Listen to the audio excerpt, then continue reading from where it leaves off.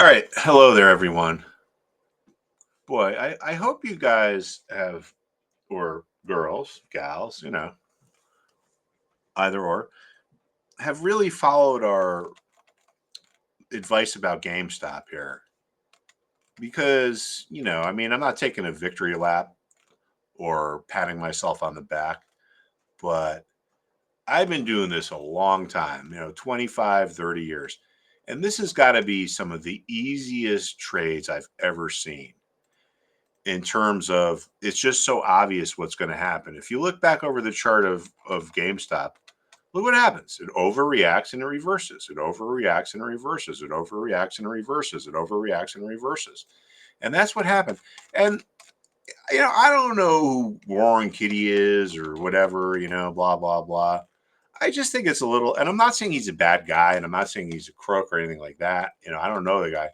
But maybe he's this like populist hero, but think about how many GameStop traders have gotten crushed, just destroyed over the last couple of days.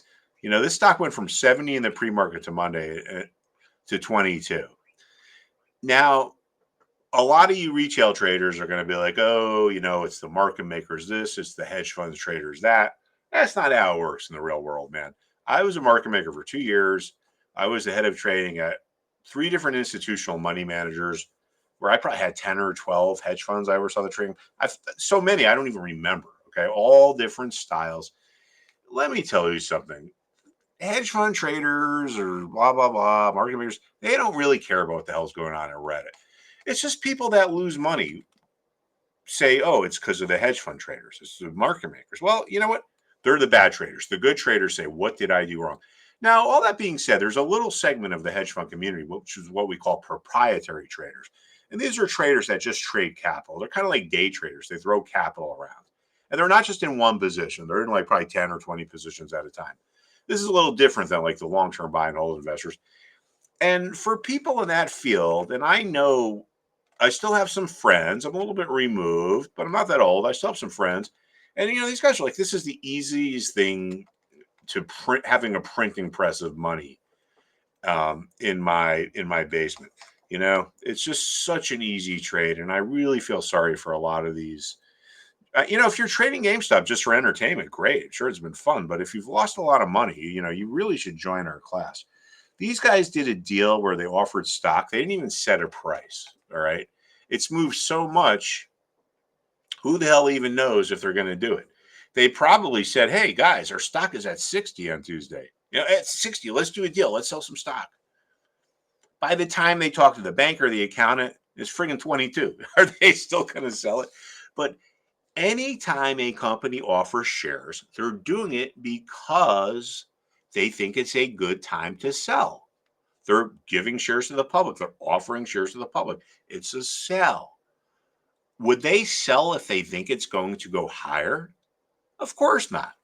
So if a company comes out and says we're offering shares, it's a bearish sign. AMC offered shares at I think 345. Let's see where it is now. 440. It'll get to 345. I mean, that's what I think. So anyway, if you want to just kind of gamble and throw around money and whatever, and have fun, that's cool. That's fine. But if you really want to learn how to trade and kind of see like what people like me who are really experienced seasoned traders for a long time look at and the way we look at the markets, you should really sign up for our class and become a member. Yeah, I like teaching people. I got great experience. I work for 2 of the greatest traders in the history, or money managers, Mario Gabelli, Steve Cohen. Like I said, I was a market maker. I mean, I think I said that. All right. So just one more thing to look at. And this is concerns like the broader markets as opposed to the Reddit crowd. So markets are running on this whole kind of thought narrative, which I think is wrong, that the Fed is going to cut rates. There is inflation everywhere. Anyone who has been in the grocery store will tell you that. Copper prices are soaring. Commodities prices are soaring.